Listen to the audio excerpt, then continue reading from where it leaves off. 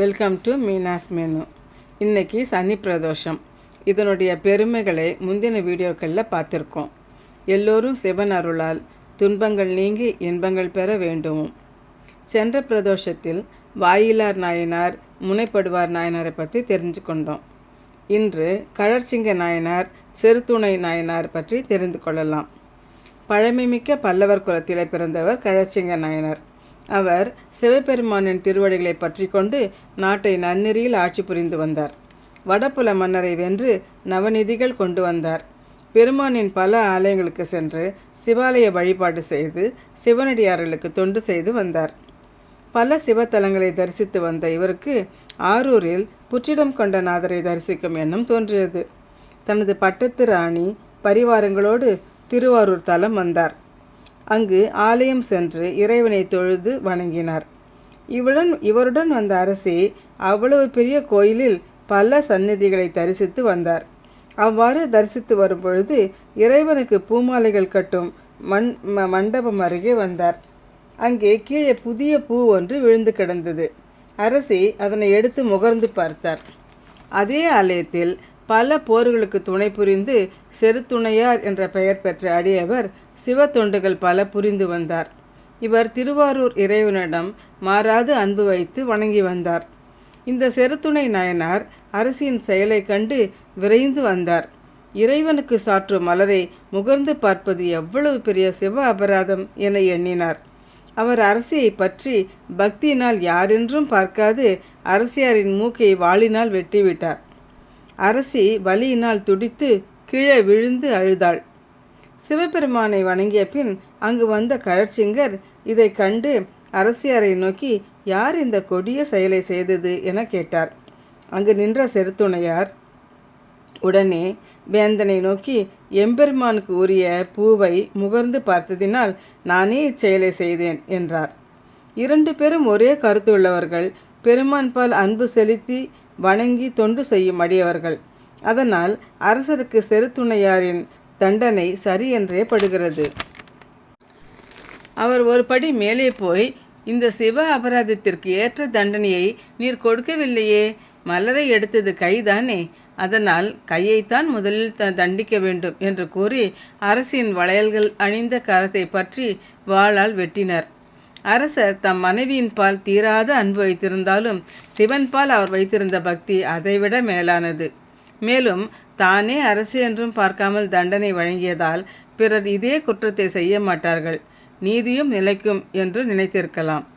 கழற்சிங்க நாயனாரும் செருத்துணை நாயனாரும் நெடுங்காலம் சிவத்தொண்டு புரிந்து இறைவனடியை சேர்ந்தனர்.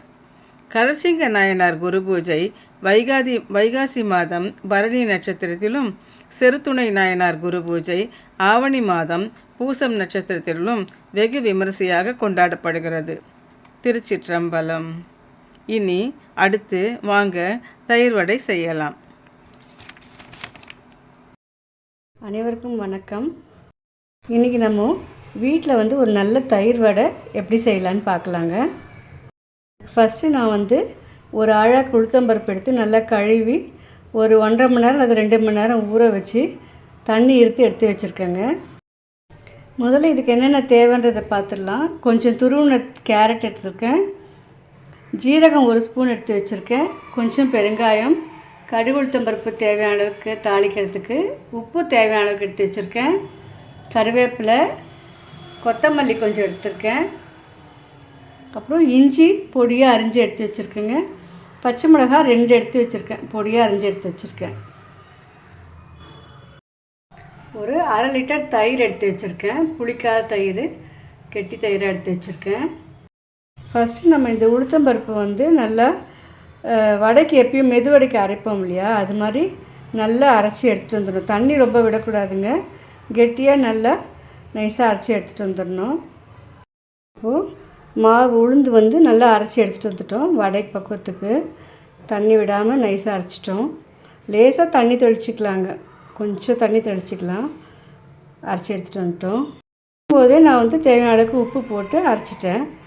இப்போது எடுத்து வச்சுருக்க ஜீரகத்தை போட்டுக்கலாம், கொஞ்சம் பச்சை மிளகாய் போட்டுக்கலாங்க, தேவையான அளவுக்கு காரத்துக்கு ஏற்ற மாதிரி கொஞ்சம் பச்சை மிளகாய், கொஞ்சம் இஞ்சி, கொஞ்சம் பெருங்காயத்தூள் போட்டு நல்லா கருவேப்பிலை, கொஞ்சம் கொத்தமல்லி, கொஞ்சம் பொடியாக நறுக்குன கொத்தமல்லி கொஞ்சம் போட்டுக்கலாம். இப்போ நல்லா மிக்ஸ் பண்ணி விட்டுக்கலாங்க. தயிர் எடுத்து வச்சுருக்க தயிரை ஒரு பவுலில் நல்லா மிக்ஸ் பண்ணி விட்டுக்கலாம். தயிரை முதல்லையே மிக்ஸ் பண்ணிவிட்டு ஒரு பவுலில் போட்டுக்கலாம். அப்புறம் தேவையான அளவுக்கு உப்பு போட்டுக்கலாம். தேவையான அளவுக்கு உப்பு போட்டுட்டு கொஞ்சம் இஞ்சி, கொஞ்சம் கருவேப்பிலை, கொஞ்சோண்டு தாளிக்கும் போது வேறு கருவேப்பிலை போடுவோம். சும்மா கொஞ்சம் கருவேப்பிலை, அப்புறம் கொஞ்சம் கொத்தமல்லி, பொடியாக நறுக்கி வச்சுருக்க கொத்தமல்லி, பச்சை மிளகா, பொடியாக அரிஞ்சு வச்சுருக்க பச்சை மிளகா, கொஞ்சமாக பெருங்காயம், சும்மா ஒரு பிஞ்ச் பெருங்காயம், அப்புறம் இந்த துருவின கேரட், இதெல்லாம் போட்டு நல்லா மிக்ஸ் பண்ணிடலாம். ஒரு 1/4 டம்ளர் தண்ணி வேணால் கூட விட்டுக்கலாங்க. விட்டு நல்லா மிக்ஸ் பண்ணி அப்புறம் தாளித்து கொட்டி எடுத்து வச்சுக்கலாங்க. இப்போ தயிர் தாளிக்கிறதுக்கு கடாயில், சின்ன கடாயை வச்சு எண்ணெய் ஊற்றிட்டு கடுகு உளுத்தம்பருப்பு போட்டுடலாம். கடுகு பொரிய ஆரம்பிச்சிட்டு கருவேப்பிலை போட்டுட்டு ஆஃப் பண்ணிடலாம்.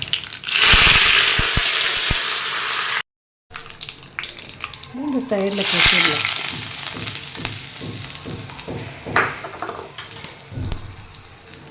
இந்த தயிருக்கு கொஞ்சமாக தண்ணி விட்டுக்கலாங்க. ஒரு 1/4 டம்ளரும் கம்மியாக தண்ணி ஊற்றி நல்லா மிக்ஸ் பண்ணி விட்டுலாம். ஏன்னா அந்த வடை போட்டோடனே நல்லா ஊறும். அதனால் தயிர் ரொம்ப கெட்டியாக இல்லாமல் கொஞ்சம் தண்ணி விட்டு நல்லா மிக்ஸ் பண்ணி எடுத்து வச்சுக்கலாம். நம்ம இந்த வடை போட்டோடனே அதை கொஞ்சம் சுடுதண்ணியில் போட்டு எடுத்துகிட்டு அதுக்கப்புறம் தயிரில் போடணுங்க. அதனால் கொஞ்சம் தண்ணி கொதிக்கிற கொஞ்சம் ரொம்ப கொதிக்க வேண்டாம். கொஞ்சம் அந்த கொதிக்கிற ஸ்டேஜ் வரும்போது ஆஃப் பண்ணி எடுத்து வச்சுக்கலாம். இப்போ எண்ணெய் சூடாகிடுச்சுங்க. சின்ன சின்ன பால்ஸாக எடுத்து நடுவில் ஒரு ஓட்டை போட்டு சின்ன சின்ன வடையாக போட்டு எடுத்துக்கலாம். அப்போ தான் தயிரில் ஊறிச்சுன்னா நல்லா வரும். இது மாதிரி சின்ன சின்ன வடை போட்டு எடுத்துக்கலாங்க.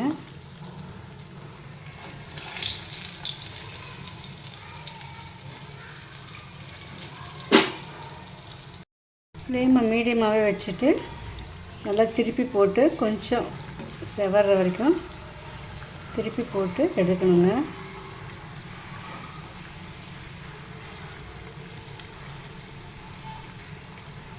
இந்த வடை மாவு அரைக்கிறது தாங்க இருக்குது. ரொம்ப தண்ணியை விடாமல் கொஞ்சம் லேசாக தண்ணி தொளிக்கணும். தொளிச்சிட்டு நல்லா கெட்டியாக அரைச்சி எடுத்து வச்சுட்டு பண்ணால் நல்லா சூப்பராக வருங்க. என்ன சொட படங்கி வருது.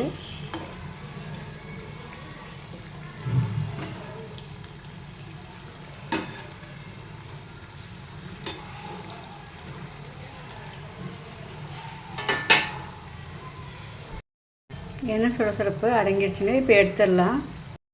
இந்த சுடுதண்ணியில் இந்த வடையை போட்டு ஒரு 2 மினிட்ஸ் 3 மினிட்ஸ் போட்டு எடுத்துகிட்டு தயிரில் போட்டுடலாம்.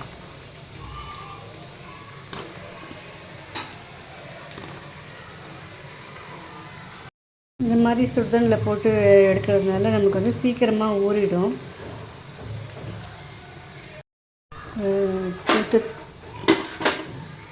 3 நிமிஷம் ஆயிடுச்சுங்க. இப்போ எடுத்துடலாம். எடுத்து தயிரில் போட்டுக்கலாம். இப்போ வடை பாருங்கள் எவ்வளோ சாஃப்டாகிடுச்சு தண்ணியில் போட்டுட்டோன்னே.